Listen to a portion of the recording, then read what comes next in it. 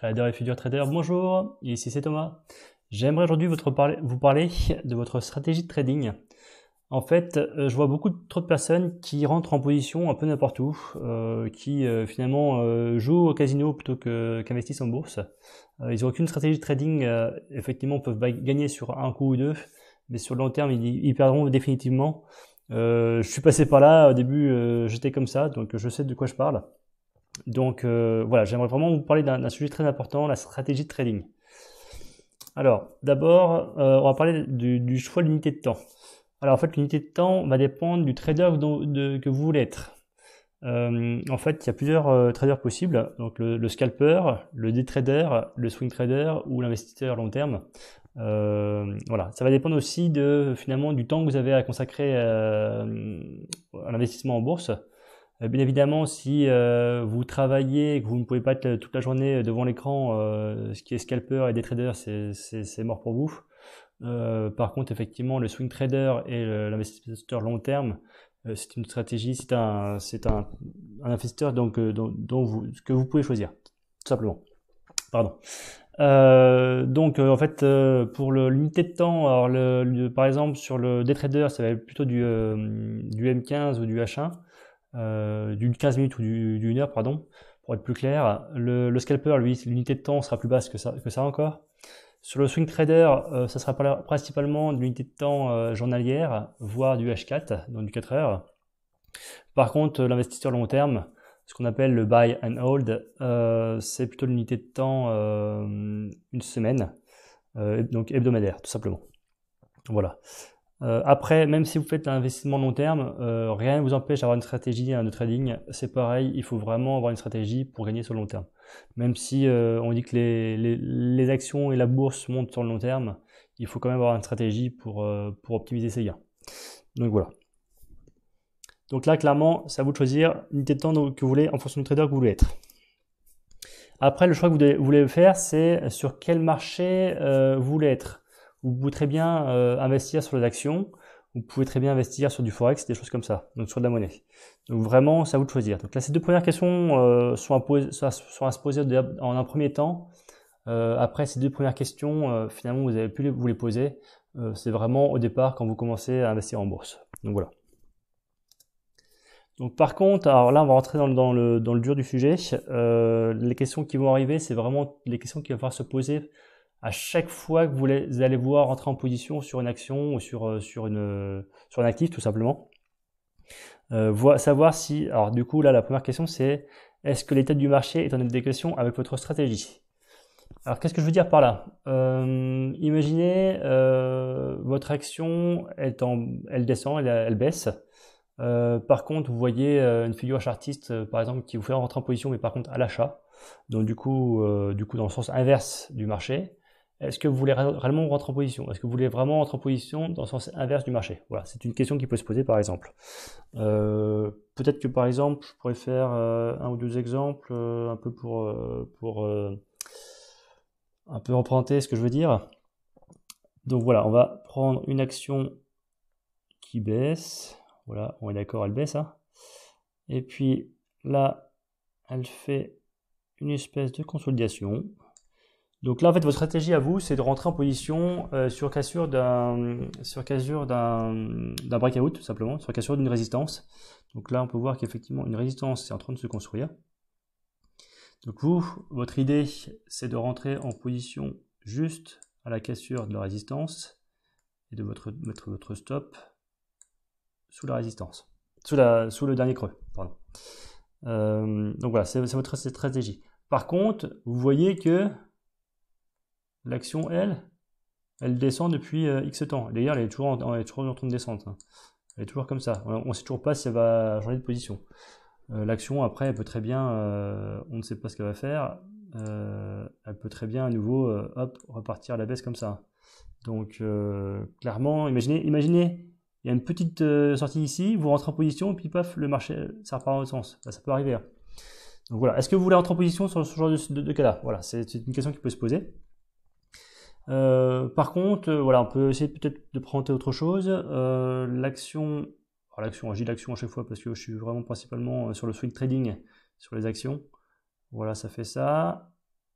Et puis après, depuis très très très longtemps, elle construit une grosse base. Et puis là, hop, elle commence à construire une construction. Donc effectivement, on rentre dans le même claque là. Donc la construction qui est là, on va dire que c'est à peu près la même qu'ici. Mais par contre, on peut voir quand même qu'il y a une grosse base qui s'est construite, comme un gros canal horizontal. On est bien en range à ces niveaux-là. Et là, alors imaginez qu'en plus il y a des volumes qui arrivent à ces niveaux-là. On pourrait très bien se dire que la tendance a changé et que du coup, il serait très très judicieux de rentrer en position. Donc du coup, rentrer en position sur la cassure de cette résistance-là et en mettant le stop du coup en dessous du creux, par exemple. Voilà. Voilà. Est-ce que du coup, dans ce genre de situation-là, vous voulez rentrer ou pas? Donc là, on n'est toujours pas vraiment en position, en rentrer dans un marché haussier, mais voilà, les indicateurs, enfin, sont un peu plus au vert que sur celle-là où on était vraiment dans la baisse, quoi. Voilà, donc c'est le genre de questions qu'il faut se poser en fonction de l'état du marché de l'action. Est-ce que vous voulez rentrer en position? Donc là, on pourrait très bien se dire non, mais par contre, dans ce genre de situation-là, oui. Voilà, par exemple. Et ça, c'est à vous vraiment de définir votre stratégie. Donc c'est ce que je voulais dire par l'état du marché. Est-ce que l'état du marché est en adéquation avec votre stratégie? Donc, sur quels critères rentrez-vous en position? Alors, vous pouvez rentrer en position sur vraiment plein de critères différents. Ça peut être, comme on l'a dit, enfin comme je le dis souvent, sur cassure de résistance, mais ça peut être très bien sur par rapport à des indicateurs techniques. Ça peut être par rapport au RSI, ça peut être par rapport à des retracements de Fibonacci, du coup sur des creux plutôt. Voilà, ça peut être sur une droite de tendance, sur les supports de droite de tendance. Ça peut être sur plein de choses différentes. Donc c'est à vous de définir vos critères d'entrée en position. Alors, il va falloir aussi que vous réfléchissiez au risque que vous voulez courir sur chaque trade, du coup au pourcentage. On dit souvent qu'il faut risquer environ 1% du capital total par trade, environ 1%. Par contre, peut-être que ce 1%, vous pouvez le nuancer. Par exemple, si les marchés globaux, des indices boursiers sont en baisse, est-ce que ce 1%, vous ne voulez pas le mettre à 0,5% par trade? Ou inversement, si vraiment le marché est bullish, si vraiment le marché est très haussier, pourquoi pas passer ce pourcentage à 1,5%? Voilà, c'est vraiment à vous de définir votre stratégie et de la tester. Donc voilà, donc le pourcentage va aussi dépendre, du coup, va en découler du coup le stop loss. Donc où est-ce que vous allez sortir si ça se passe mal? On va essayer de reprendre un exemple. Hop. Alors, est-ce qu'on va reprendre? Voilà, bon, on va reprendre ce petit dessin. Donc là, imaginez qu'on rentre en position. Oups, je vais changer la couleur, ce serait quand même mieux. On va reprendre tout simplement le noir. Imaginez que là, vous rentrez en position à 10 euros. Que l'action, le stop loss, il est à 8 euros. Vous vous dites, bah en fait, faut que combien d'actions vous allez devoir acheter? Est-ce que vous en achetez 1000? Est-ce que vous en achetez 2000? Est-ce que vous en achetez 3000? Alors, en sachant que vous ayez un capital de 10 000 euros. Voilà, c'est vraiment en fonction de votre stop loss que vous avez, et du coup du pourcentage que vous voulez mettre par trade que ça se définit. Donc du coup, en fait, il faut toujours utiliser un calculateur de taille de position. Donc là, vraiment, j'ai développé un tout petit truc tout bidon. Je vous laisse reprendre le petit calcul qui est ici. Voilà, je pense que tout le monde connaît Excel ou équivalent. Là, je suis sur OpenOffice, en l'occurrence. Voilà, par exemple, sur un capital à 10 000 euros, alors là, forcément, vous mettez le capital que vous avez en bourse, hein, tout simplement. Le pourcentage que vous voulez risquer par trade. Voilà, donc du coup, on rentre à 10 euros, donc c'est l'exemple qui est là. Donc on avait défini dans notre exemple que le stop loss était à 8 euros. À 8 euros. Voilà, ça me calcule automatiquement le nombre d'actions que je dois acheter. Je sais que je vais rentrer à 10 euros. En fait, je mets un ordre, par exemple, un ordre à plage de déclenchement à 50 actions à 10 euros. Voilà, alors la plage de déclenchement, c'est entre 10 euros et 10,10 euros, par exemple. Voilà. Donc voilà, on sait où est-ce qu'on va sortir, on sait où est-ce qu'on rentre. On sait qu'on ne va pas risquer plus de 1% de notre capital total sur ce trade-là, parce que du coup, on aura acheté que 50 actions et pas 100 ou 200 ou 300 actions.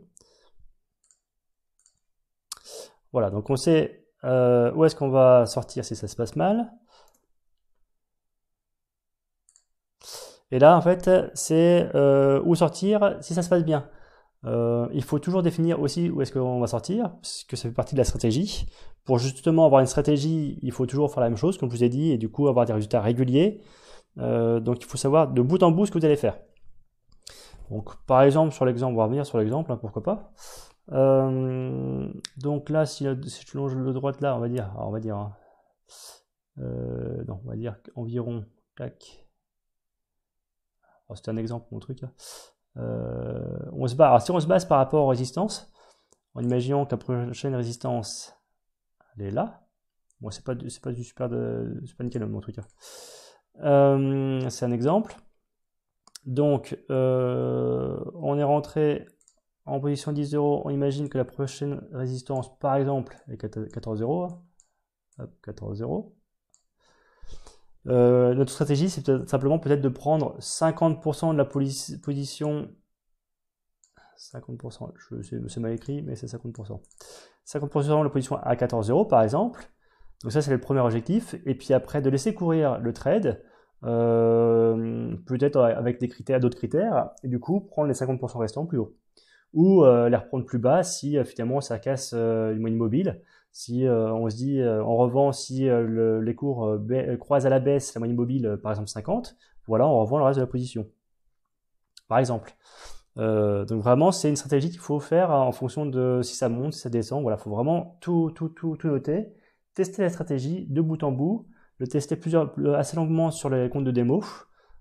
Et c'est vraiment là-dessus, en fonction de tests que vous allez faire de façon long terme sur les comptes de démo, que vous allez voir si votre stratégie marche sur le long terme. C'est pas en changeant constamment votre stratégie que vous allez pouvoir voir si elle fonctionne. Donc vraiment, il faut écrire finalement ce que vous voulez faire, la tester en compte de démo, voir si elle fonctionne. Une fois qu'elle fonctionne, vous la mettez sur un compte réel, tout simplement.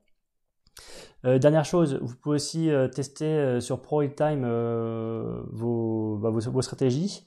Vous pouvez les backtester. En fait, il y a un endroit dans ProRealTime où on peut tester tout simplement les stratégies si elles sont effectivement, si on peut les scripter, si on peut créer un screener et autres, on peut les backtester tout simplement.